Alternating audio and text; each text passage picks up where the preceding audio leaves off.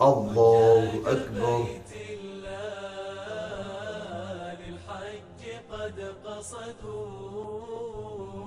من كل فج عميق أتوا ملبين للمال والأوطان وأهلهم تركوا حجاج بيت الله للخير راجين الشوق يحملهم السلام عليكم ورحمة الله. السلام عليكم ورحمة الله. حجاج بيت الله للحج قد قصدوا من كل فج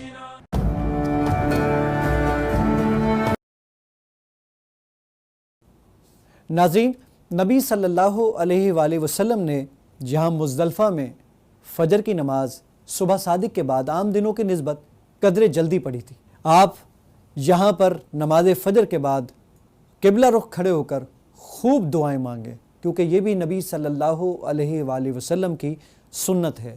عرفات اور مینا کی طرح مزدلفہ میں بھی چاروں طرف نشانات لگے ہوئے ہیں جو اس کے آغاز اور اختتام کی حدود کی نشاندہی کرتے ہیں۔ اس کے اندر کسی بھی جگہ پر شب آپ نے بسر کر لی ہے، فجر کی نماز بھی پڑھ لی ہے، دعائیں مانگیے، اور دعائیں مانگنے کے بعد اب آپ مینا کی طرف روانہ ہوں گے۔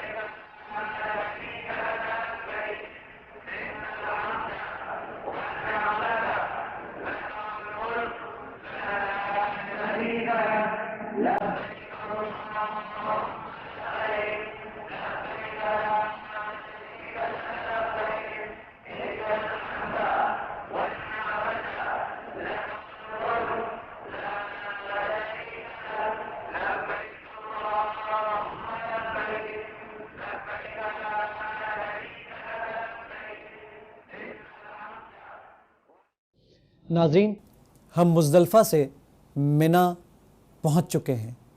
جمرات کو مارنے کے لیے کنکریاں مینا سے لینا سنت طریقہ ہے، اور سنن نسائی کی حدیث نمبر 3060 میں اس کا ذکر موجود ہے۔ اگر کوئی شخص مزدلفہ سے کنکریاں لے لیتا ہے تو کوئی حرج نہیں، البتہ جمرات کو ماری ہوئی کنکریاں نہیں لینی چاہیے۔ یاد رہے کہ بعض لوگ مزدلفہ سے کنکریاں جمع کرنے کے بعد انہیں پانی سے دھوتے ہیں، یہ من گھڑت فعل ہے، اس سے اجتناب ہی برتی ہے تو زیادہ مناسب ہے۔ کنکریاں چنے کے دانے کے برابر ہوں یا اس سے کچھ بڑی ہونی چاہیے، کچھ لوگ اس سے زیادہ بڑی لے لیتے ہیں، کچھ لوگ اس سے بھی چھوٹی لے لیتے ہیں، تو اس پر بھی تھوڑی سی احتیاط کریں تو زیادہ مناسب ہے، یعنی کنکریاں چنے کے دانے کے برابر ہوں یا اس سے تھوڑی سی بڑی ہوں تو زیادہ مناسب عمل ہے۔ ناظرین، آج 10 ذی الحجہ کے دن ہم مینا پہنچ چکے ہیں۔ آج یوم النحر ہے، یعنی قربانی کا دن ہے، تو ہم نے کچھ کام سر انجام دینے ہیں۔ سب سے پہلے جمرہ عقبہ کو، جس کو بڑا شیطان بھی کہا جاتا ہے، اس کو کنکریاں مارنی ہیں۔ سورج طلوع ہونے کے بعد سے زوال تک اس بڑے شیطان کو، یعنی جمرہ کبریٰ کو یا جمرہ عقبہ کو 7 کنکریاں ماری جائیں گی۔ یہ واجب ہے کیونکہ نبی صلی اللہ علیہ وآلہ وسلم نے کنکریاں مارتے ہوئے فرمایا تھا، مجھ سے حج کے احکام سیکھ لو،